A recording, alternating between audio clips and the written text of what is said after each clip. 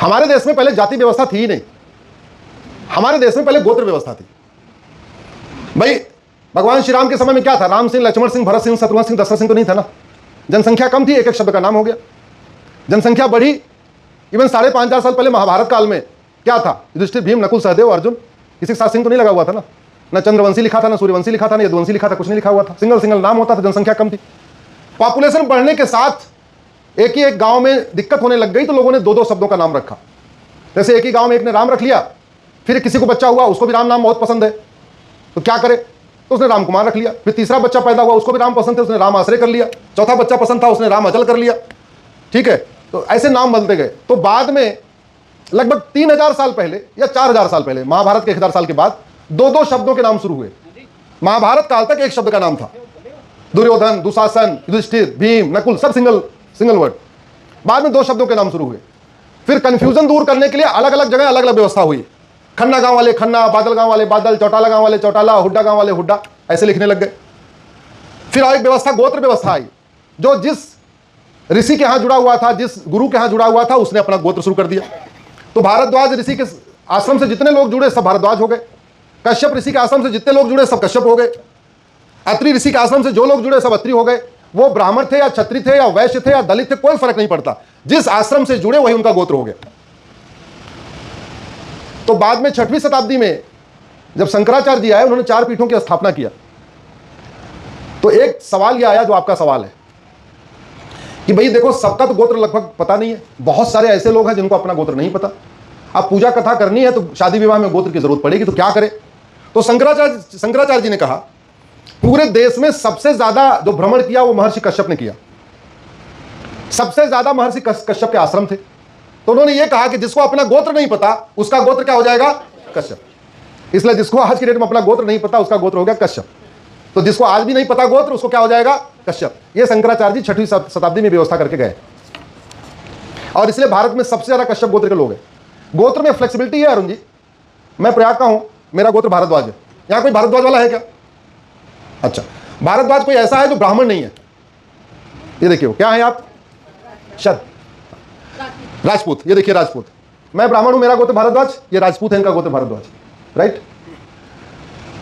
West UP में सारे जाटों का गोत्र भारद्वाज है, और यमुनानगर में सैनियों का गोत्र भारद्वाज है, और बिलासपुर और रायपुर में पटेलों का गोत्र भारद्वाज है, और भोपाल के पास यादवों का गोत्र भारद्वाज है। जाति में मैं तो बहुत यूनिक व्यवस्था है, दुर्भाग्यवश इसके ऊपर चिंतन नहीं हो रहा है। अभी हम 10,000 जातियों में बटे हुए हैं, जातियों और उपजातियों में। हम लोग अगर अपना जाति हटा दें और अपना अपना गोत्र लिखना शुरू कर दें तो हम 125 गोत्रों में जुड़ जाएंगे, और सबसे आसान हो जाएगी घर वापसी कराना। क्यों? क्योंकि मान लीजिए कोई यादव था, वो कन्वर्ट हुआ 300 साल पहले, अब दोबारा आ रहा है, तो यादव लोग कह रहे हैं भैया हम तो नहीं आने देंगे तुम्हें। लेकिन अगर वो गोत्र में आ जाए तो जातियों के ऊपर तो लोगों की अपनी मोनोपोली है, गोत्र के ऊपर किसी की मोनोपोली नहीं, क्योंकि गोत्र तो यूनिवर्सल है। तो जितने गोत्र हैं, जैसे वैश्यों में बहुत सारे लोग एक टाइटल लिखते हैं, गर्ग। लिखते नहीं लिखते? कोई यहाँ जो बनिया होगा उसको पता होगा, लिखते ना भाई साहब? गर्ग लिखते हैं ना? अच्छा, आप गर्गी हैं? ताली बजाइए गर्ग साहब के लिए। अब आम धारणा यह बन गई कि गर्ग तो एक जाति है। गर्ग जाति नहीं है, गर्ग ऋषि थे। इसलिए पूर्वांचल में लखनऊ से आगे बढ़िए और उधर बिहार तक मैक्सिमम ब्राह्मणों का गोत्र गर्ग है। तो जातियां हमें तोड़ती हैं और गोत्र हमें जोड़ता है। हम जोड़ने वाला सिस्टम एडॉप्ट नहीं कर रहे हैं भाई। अभी हम आज के बाद से अपने सारे बच्चों का नाम राम भारद्वाज, राम गर्ग, राम अत्रि, राम दधीच, राम व्यास, राम गौतम लिखना शुरू कर दें। 20-25 साल के बाद क्या होगा? पूरे देश में केवल ऋषियों महर्षियों के नाम रह जाएंगे, जातियां खत्म। एक बड़ा अच्छा ये भी हो जाएगा, अभी हम शादी विवाह अपनी जाति में ढूंढते हैं, ऐसे तो करते हैं। शादी विवाह करना होता तो क्या करते हैं? 10,000 जातियों में हम एक जाति में अपनी शादी ढूंढते हैं, 9,999 को छोड़ देते हैं। राइट। यादव में करेगा, पटेल में करेगा, खत्री में करेंगे, ऐसे तो करते हैं। भंडारी ऐसे करते हैं। अगर गोत्र व्यवस्था हो जाए तो उसमें क्या व्यवधान है? केवल अपने गोत्र में नहीं करना, बाकी सारे गोत्रों में करना। तो विंडो ओपन हो गई कि नहीं हुई? छुआछूत खत्म हुआ कि नहीं हुआ?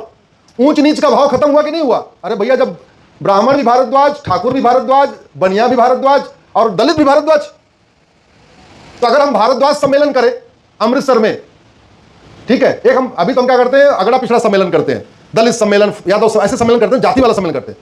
अगर हम अपने गोत्र ऋषियों के आधार पर सम्मेलन करें, मान लीजिए अमृतसर में एक, आपके यहां मुदगल बहुत है, इधर मुदगल ऋषि थे, है ना इधर, हाँ, या मान लीजिए भारतवाद सम्मेलन करते, मैं अपना एग्जांपल दे देता हूं, तो मैं भी आ जाऊंगा प्रयाग से, भाई भारतवाद सम्मेलन हो रहा है, बहन जी यहीं की ठाकुर है, बहन जी भी रहेंगी, पूरा भोपाल वाले यादव पटेल भी आ जाएंगे, चलो जी भारतवाद सम्मेलन हो रहा है, हरियाणा वाले सारे सैनी जो दलित हैं वो भी आ जाएंगे, चलो जी भारतवाद सम्मेलन हो रहा है। तो जो सम्मेलन होगा वो वास्तव में हिंदू सम्मेलन होगा कि नहीं होगा? गोत्र हमें जोड़ता है, दुर्भाग्यवश हमने गोत्र व्यवस्था छोड़ दिया है।